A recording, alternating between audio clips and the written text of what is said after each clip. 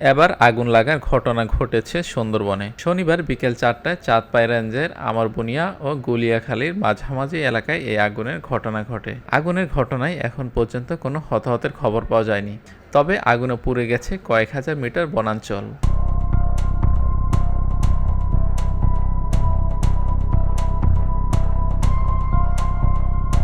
পূর্ব সুন্দরবনে চাঁদপাই রেঞ্জের স্টেশন কর্মকর্তা এসও আনিসুর রহমান জানান, বনের ভিতর মধু সংগ্রহে মোয়ালের আগুনে এই আগুনের সূত্রপাত ঘটতে পারে। আগুন নিয়ন্ত্রণে এরই মধ্যে বাগেরহাট ফায়ার সার্ভিসের 2টি ইউনিট সহ বন বিভাগের 4টি ফাঁড়ির বনরক্ষীরা মিলে আগুন নিয়ন্ত্রণে কাজ শুরু করেছেন। এছাড়া পূর্ব সুন্দরবনের বন কর্মকর্তারা সেখানে উপস্থিত থেকে আগুন নিয়ন্ত্রণে তদারকির কাজ করছেন।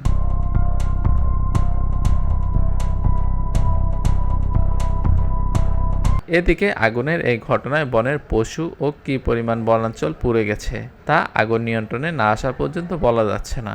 এই ঘটনায় তদন্ত কমিটি করা হবে বলেও জানান বন কর্মকর্তা আনিস।